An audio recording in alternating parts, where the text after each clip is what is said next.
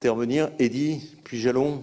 Oui, juste pour rebondir à notre ami Barthélémy Aguirre sur la transformation de l'hydrogène. Évidemment, il y a de l'hydrogène qui est extrêmement intéressant à développer. Par contre, je reste extrêmement révolté quand je vois qu'on parle de transformer l'énergie éolienne en hydrogène. Alors quand on voit déjà les professionnels qui vous racontent qu'on n'est à même pas 50% du 100% éolien transformé en hydrogène, mais quand on sait qu'en plus l'énergie éolienne est entachée de grosses malversations avec la mafia, j'en parle pas, quand on a un coup spot qui est arrivé pendant le Covid, où l'énergie européenne est tombée à moins de 0 €, que le prix moyen était de 20 €, comme on se permettait de racheter par obligation de l'État à plus de 85 € aux professionnels, c'est-à-dire qu'ils se sont enrichis colossalement sur le dos d'une situation en Covid, je suis extrêmement remonté contre cette énergie qui, de même, et ça vaut aussi pour l'énergie éolienne en mer, entachée de problèmes sanitaires majeurs.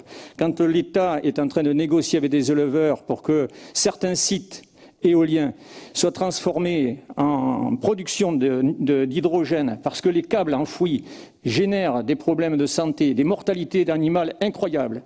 Et tout ça sous le couvert de dire par des GPSE, monsieur l'éleveur, vous la fermez ou on ne payera plus vos aliments parce que sinon vous ne pourrez plus survivre. Il y a un phénomène aujourd'hui, un scandale d'État autour de l'éolien qui est franchement aujourd'hui un problème d'État. Et donc, soyez prudents. Je ne suis pas du tout contre le progrès. Derrière l'hydrogène, effectivement, il y a de belles perspectives, mais derrière l'éolien, c'est un non-sens.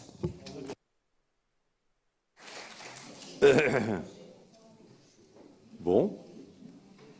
Je vous poserai une autre question tout à l'heure.